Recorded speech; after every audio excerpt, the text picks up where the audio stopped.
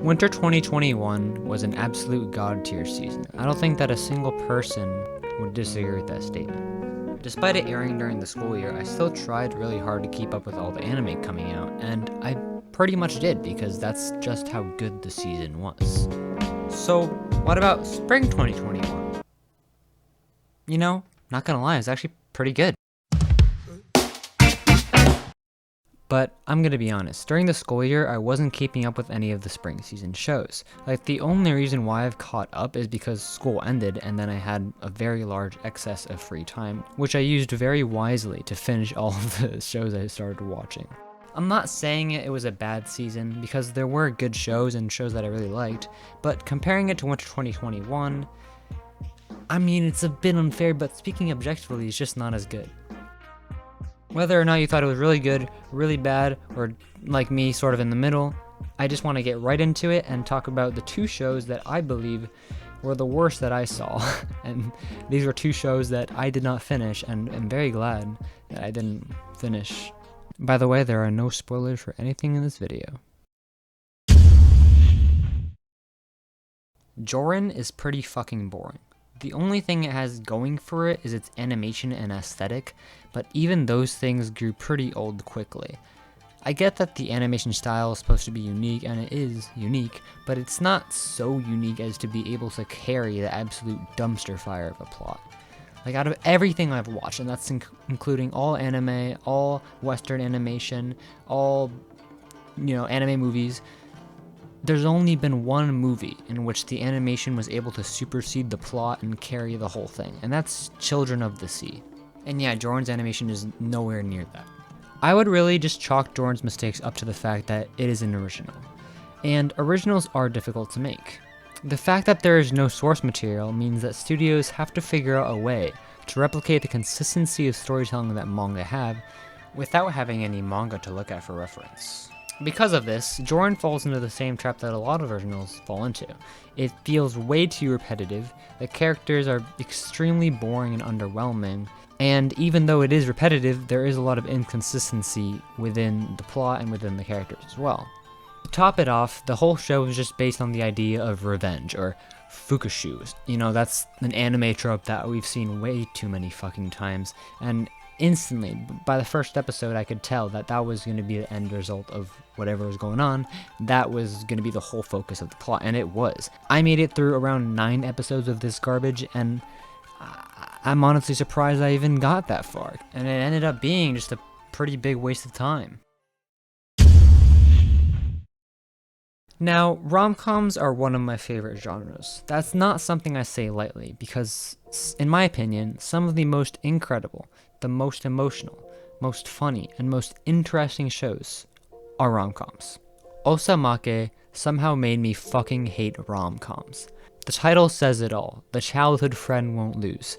And to be honest, I don't know if that's true, because I didn't finish it, and I got through like 7 episodes, and I didn't really have any incentive to keep watching, didn't really care if the childhood friend really did lose or really did win, because it's a complete shit show from the very beginning. Characters are always arguing about things that don't matter, and it's never even in a funny, ironic way. Like, the show tries to portray these arguments as being big, important events. A lot of people criticize anime for making the characters overreact and having everything be over the top. Well, in this anime, this guy got rejected by a girl, and then the girl went home and she like cried, and she stayed inside for like 3 months or something like that, and nobody knew where she went. Like, it could literally be as simple as the main character, like, I forget his fucking name, he like giving one girl head pats, and then the other girl decides he's Hitler. Adding the fact that neither of the main girls and none of the girls in general in this show are interesting puts a huge black mark, as the whole point of the show is that, it's one guy with a couple girls who like him, and they're fighting to be with him. That's pretty standard stuff for a rom-com, but in Osamake it's done so poorly that I couldn't help but facepalm every 2 seconds over what was going on. Like, I don't normally think of anime as cringe. I know a lot of people do think it's cringe. I don't normally think that, but this shit is fucking cringe, dude. Tell me, how am I supposed to follow this goddamn story? Like, all the characters are bipolar as fuck, and not a single thing makes sense in this. My biggest complaint about this show is how, as the backstories of the characters get revealed, that's sort of a normal thing, show goes on, you learn more about the character's past, and in Osamake, instead of giving more depth to the characters like it normally does and providing explanations for their personality and how they are, it just made me more confused and more upset that I had made it through around 2 hours worth of this dumb fucking show. Okay, so yeah, those are the shows I dropped, and I was pretty harsh on them, but let's be honest, they deserved it. So now, I want to talk about the shows that I actually finished.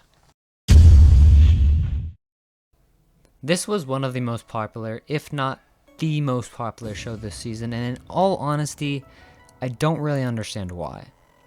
I'm not saying I dislike it, because I don't, but there's nothing about the show that I can say that I liked, like character design, plot, music, alright, I guess the opening's pretty good, but other than that, nothing made me go, yeah, yo, kinda like that. A lot of this is likely due to the fact that the show is targeting a very specific audience, and it takes the idea of teasing so far that I couldn't help but dislike both Nagatoro and the main character. I don't really find the teasing attractive, so I just couldn't really relate to the show because that was what it was mostly based on. I did think the show was done well in terms of what it was. It has a very specific audience, and it pertains to that audience, and it ended in a decently satisfying way. But I didn't really laugh that much. I didn't really think any of it was appealing, and overall it was just super fucking mid. Like, I'm gonna be honest, that's really all I have to say about it. If you're one of those people that like when girls bully you, you're probably gonna like this show. I would probably recommend it. But if you don't really care for bullying like me, then I'd probably recommend you don't watch it. Alright, I know I said these are the shows that I finished, but To Your Eternity is not done.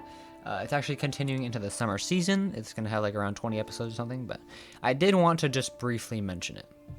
Bottom line is, I think this show it's great. It's super unique, it made me cry a couple times, and it's something I've never really seen. It just feels fresh, and fresh is always a great feeling, especially for anime. I'm not going to come out and say it's my favorite thing ever, because it's not, but so far, the writing's been great, it's been really sad, and you're getting what you expect from the writer of A Silent Voice, and seeing the writer's take on a completely different genre from, their most popular work. I'm pretty hopeful that the second half of the show will only get better from where it is, because I do think that there is something really special here. And then this might be one of the better shows coming out in summer 2021. Now, Higehiro is an interesting anime. The main character, Yoshida, a 26-year-old Japanese businessman, is actually able to act like a real adult and not get horny over a teenager. Wow. Truly something worth celebrating. The show is a really wholesome story about two people trying to find their places in the world, and how, even though they're technically not supposed to have anything to do with one another because they're not related, and one is 26 and the other is like 16 or something, how they grow closer while helping each other do that. The animation's clean, story's good, and I don't really have many complaints about it. Another positive is that there is a conclusion, and while that means that we probably won't get another season, I'm not really that mad. Because in just these 13 episodes, you get everything you need.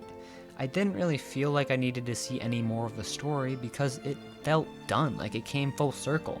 The show presented everything it needed to, everything it wanted to, and it finished, and it wrapped up. And I personally really like when things feel complete, and I really hope that there is not a second season because I feel like it is done.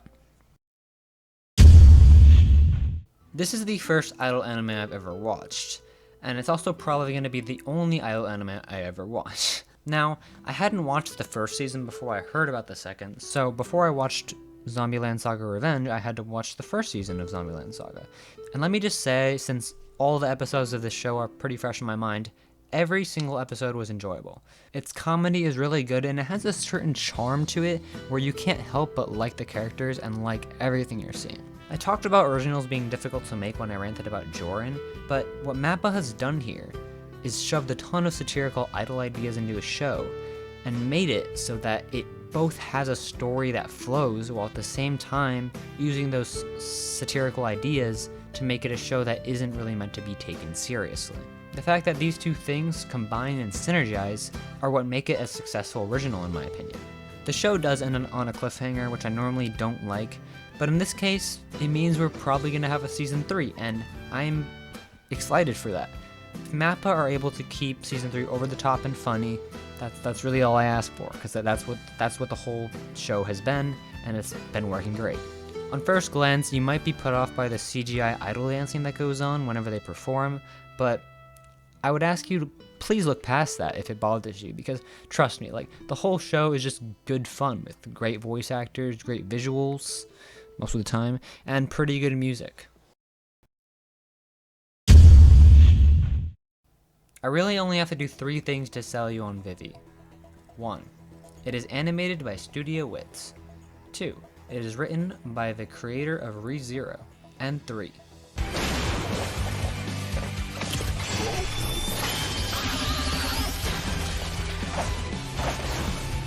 Out of everything I've talked about so far, this is by far the most well-rounded and the most complete. It's only 13 episodes, so pretty standard for shows these days, but it manages to accomplish a lot within even that small amount of time. The show has great animation, as you would expect from Studio Wit, a banging soundtrack that I even listened to after I finished watching the show, and a really interesting premise that was executed very well. Like, there isn't really much that I could say that's bad about the show, and it was definitely just the most straight quality show this season. Like, it's not exactly gonna change your life, but it's no bullshit good stuff. And what more can you really ask for? I've been following Fruits Basket since it began airing, which hasn't really been that long, but it's felt like a really long journey nonetheless. This is an anime that, I'm gonna be honest, I hold pretty close to me, because it was the first one that showed me that anime didn't have to be about fighting, you know? That it could tell stories about things other than the protagonist trying to become the best and save the world. It broke me out of the shonen bubbles, which I'm very, very grateful for, because there are so many good shows out there that are not shonen. This is the 3rd season of the show, so if you haven't seen any of it, you may not know what I'm talking about, so I'm going to explain it very basically. It's essentially a story about a girl and her experience with dealing with a very strange and special family. That's the most baseline explanation I can give, and it's also the only explanation I'm gonna give. What has always struck me about this show from the very beginning is its theme of bonds and connections, and how that theme has evolved and developed throughout the story. The way that the character relationships were set up made it captivating to watch, even though it really is just a slice of life romance show, I guess you could say. And even though I know that slice of life is not everybody's favorite, I know that not everybody likes it because people think it's boring. I think that Fruits Basket is a slice of life that literally anybody could relate to. Just from its themes, from its characters, from the setting, because it's just set in basically the normal worlds. And to be honest, I think if you don't give this a try, you're selling yourself short and maybe missing out on something you would really like. If that wasn't a strong enough recommendation for you, I'll say this. Out of everything I've ever watched, that's literally anything, movies, anime movies, Netflix shows, literally whatever, I can say one thing. That Fruits Basket is without a doubt one of my favorites.